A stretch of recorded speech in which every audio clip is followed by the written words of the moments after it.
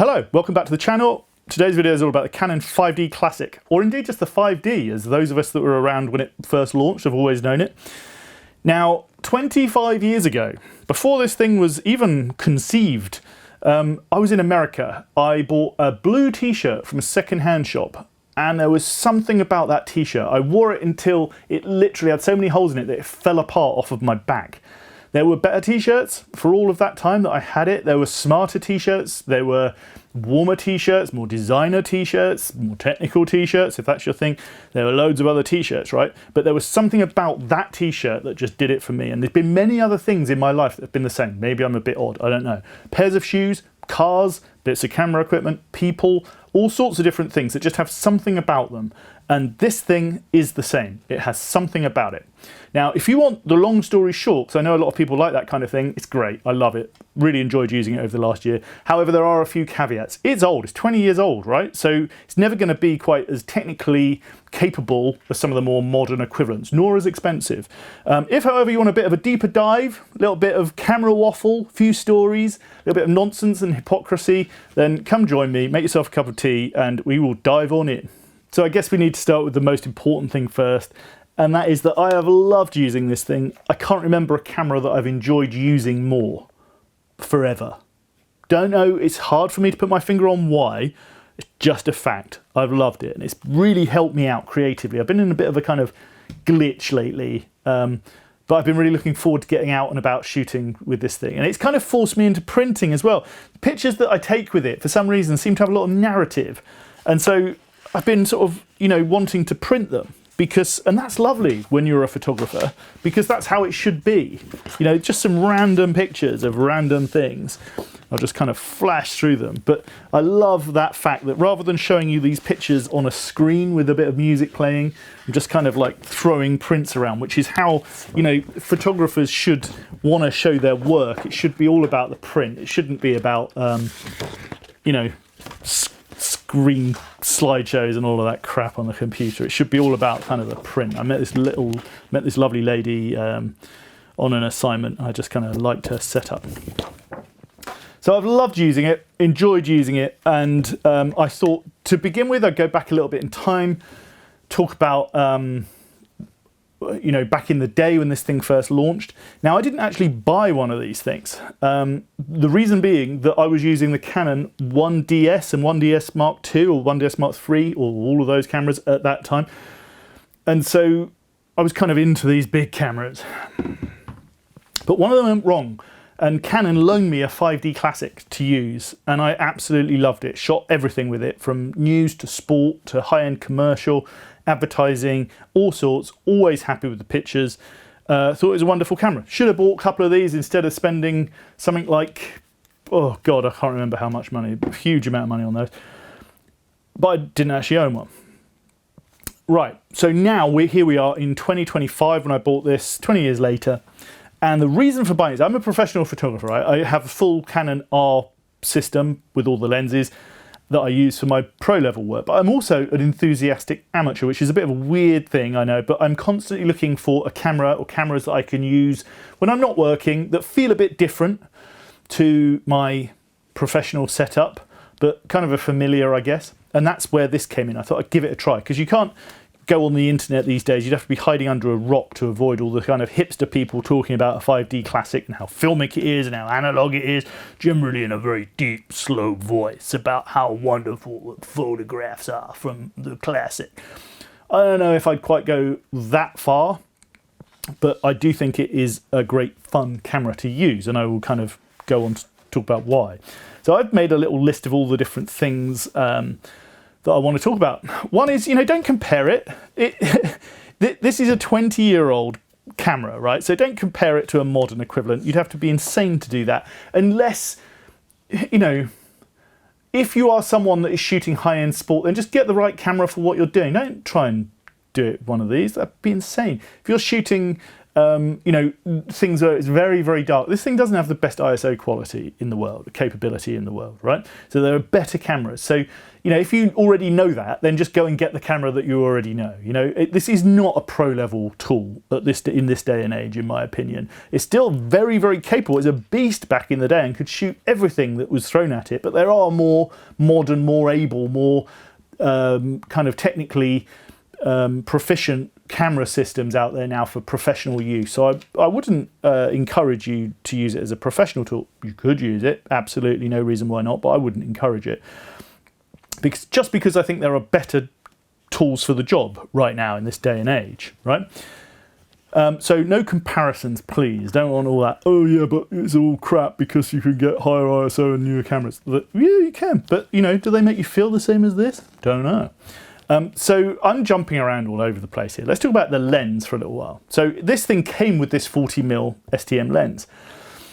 And I just kind of bought it because I had an interest in the lens and I thought, oh, that reminds me of something from way distant back. And that way distant back thing was when I was about probably about 18, I was working for a local newspaper and I happened to pick up a Pentax MX film camera, manual film camera with a 40mm Pankcake back in the day. I was shooting a lot of sort of environmental portraits back then for the newspaper, and I didn't know why I liked it at the time, but I absolutely loved it. And I liked it because the 40mm kind of sits in this little sweet spot between wide angle and 50mm prime. And typically, ever since, I sort of forgot about 40mm, I suppose, and I've sort of typically been much more, you know, 24, and then jump to 50, typically. Don't like 35 or 28. I've always found them too much of a compromise. But the great thing with 40mm is that you get the sort of, I think that picture probably illustrates it quite well. You get the kind of 50mm isolation of the subject, but with a little bit more of the environment. Been loving using it. It's not been off the camera, to be perfectly honest, at all. This thing will spank you, though, if you do not know your technique. If you don't have your kind of, if you don't know what you're talking about, this thing will expose it. Whereas some of the more modern cameras are a bit softer for that. You know, you can pick up a much more modern camera and it will kind of like allow you to be really actually not very good at what you're doing. And it will kind of, with its image stabilization and its high ISO and its automatic settings and everything, it will make your pictures look okay. This thing gives you a harsh reminder of knowing what shutter speed you need to use. There's no image stabilization. It's very simple. It's a very simple camera, but it will spank you if you do not know your technique. So it kind of forces you to be a better photographer technically. A couple of negatives. Batteries. I've got a big bag of batteries from years ago. I can't remember what other cameras took those particular batteries, but I had a load of them, and this thing came with 3 when I bought it. But they don't hold charge very well, so it's a little bit of a lottery when you go out. You need a pocket full of batteries, and sometimes they'll last and sometimes they won't. You can buy third-party generic batteries now, but I've just been too tight to buy them. And you know, I'm a bit uninclined to do that because you never quite know what you're going to get with them. Someone recommend me one that might be good. If you know, who knows. So batteries have been a little bit of an issue for me, but that's probably just due to my tightness. Dust is another issue. Now, dust is the reason that a lot of people walked away from these and went to the 5D Mark II, because that camera had the inbuilt dust removal thing on the sensor. And dust, back in the day of these things, was a pain in the neck because we didn't have the software back then. So we didn't have Lightroom where we could remove the dust really easily. All we had was opening up Photoshop and individually dust spotting each spot on each individual picture, and it was awful. And so when something came out with dust removal ability, that's why a lot of people jumped to it. Now, that you can't remove that problem. I've removed the problem by sticking only one lens on it, which seems to mean that I haven't had much dust at all. If you're changing lenses all the time, that's when dust tends to get in. But there are much better solutions now. So if you're using Lightroom, you can run the automatic dust removal bit on it, and it will find big dust spots and remove them, and you can easily spot them out. So while it hasn't solved the problem, there are much quicker workarounds now. Okay, so there are a lot of limitations with a camera like this over modern equivalents. One being the ISO, right? There was a comment on one of my videos, I can't remember what it was, but someone saying, oh yeah, older cameras are just useless in comparison with modern cameras that have got much better high ISO capability. Yeah, it's true. Depends what you're doing, right? I think that these sort of limitations can sometimes be our friend.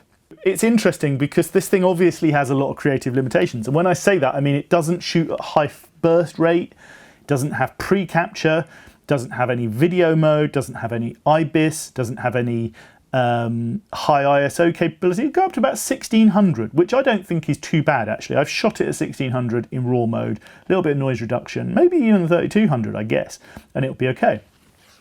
But it won't go up to like 1 gazillion ISO like some of the more modern cameras. And a lot of people think that that's a limitation. Depends what it is that you're doing. If you're shooting for money and you need to be there and you need to get the best possible shot irrespective of the light, then yeah, it's a limitation that you can't cope with. So that's why I say get the professional tool for the job, right? But if you're an enthusiast and you just enjoy taking pictures, sometimes a creative limitation can be really cool because for one, it might mean that you just put the camera down and go to the pub or have a cup of tea or have a hot bath or whatever, something else, just give up because the camera can't cope with the light, right?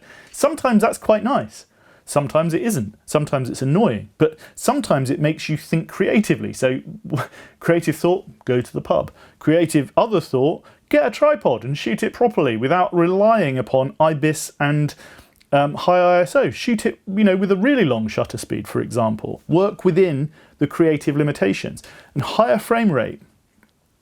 Good Lord, some of the more modern cameras, we're popping out so many frames that you just lose pictures. You lose, you're shooting at 20 frames per second. The temptation is to machine gun that thing. And, you've got massive card in a modern camera, big buffer, the temptation is to come back with thousands of pictures. This thing can't even get close to that. So you're much less likely to do that. You're much more likely to just take 3 pictures that actually matter, and then your batteries will go flat. but actually, that sort of creative limitation can make you think and can make you grow as a photographer.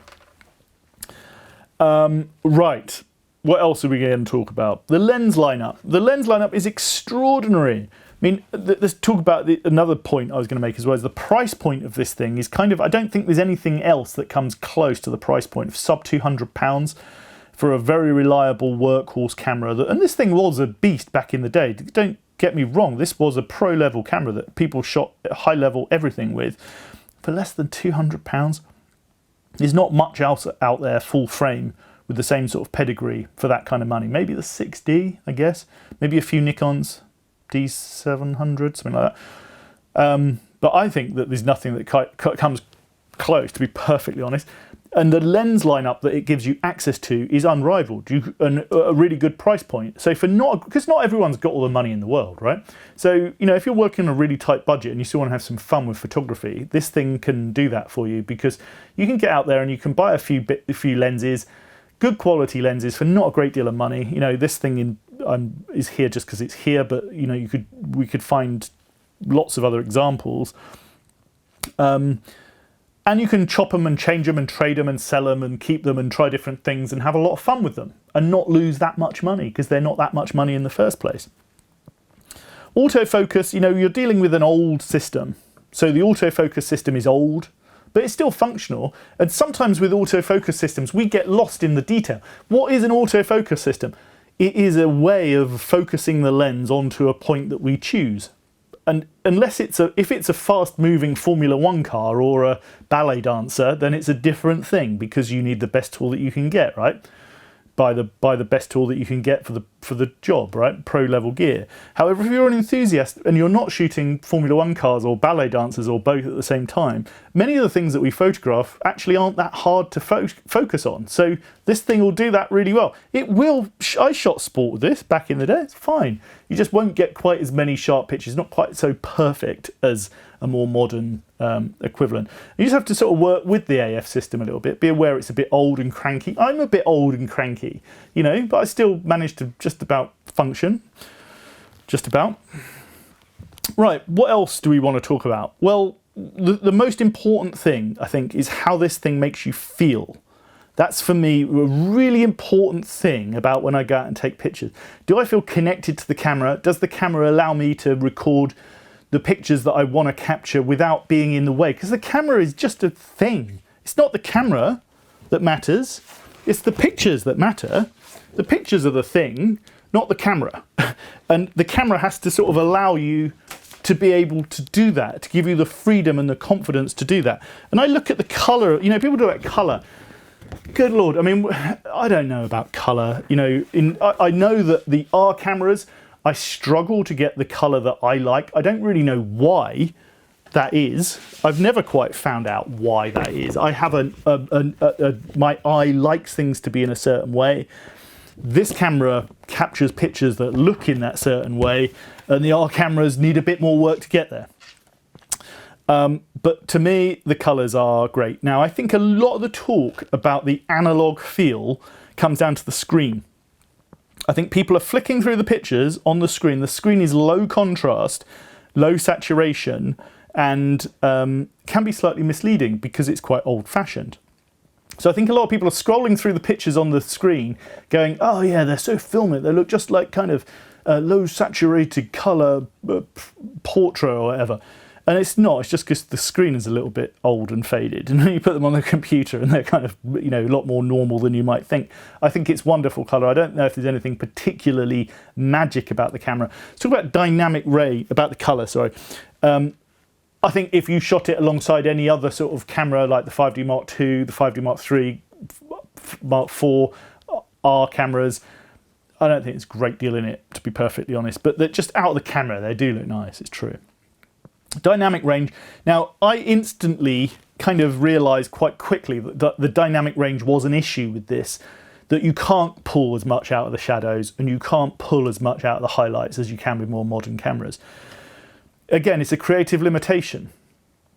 I don't think it's necessarily a problem. I tried to avoid taking pictures of things with bright stuff in them. I've got one here with the sun in it. I've got another one here with the sun in it. I've got a lot of pictures with high contrast, you know, that would typically expose a camera that has bad dynamic range, but it kind of looks okay. And I think sometimes we're so into overcomplicating things, pulling all of the detail out of all of the shadows and crushing all of the highlights and making everything look kind of, you know, that HDR kind of look, that maybe we just need to sort of getting back to something like this, getting back to printing, makes everything a little bit more simple, makes everything a little bit more, you know, kind of how it should be. And I think as AI comes in and as higher quality sensors and software and all of this stuff, and there's so much seeking perfection, I think there's something really important about a camera that just makes you feel good as a photographer. And, you know, removes a lot of the layers because you don't have all of the technical junk, all the menus, all of that stuff of all of those options to worry about. You just have, I just shoot this in aperture priority mode or manual mode.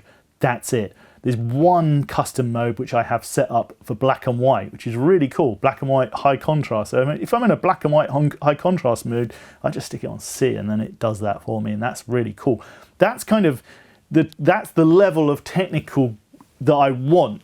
I don't want anything more than that. That's it. Good. It's cool. As an enthusiastic camera, love it. Love the way it makes me feel. Anyway, I don't think there's anything that I've missed out on here. Let me know your thoughts about this camera. Please do subscribe. I'm heading towards 20k subscribers, believe it or not.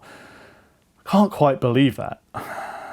Anyway, send me your comments. Let me know your thoughts. I'd be really interested to hear. Take care out there. Bye-bye.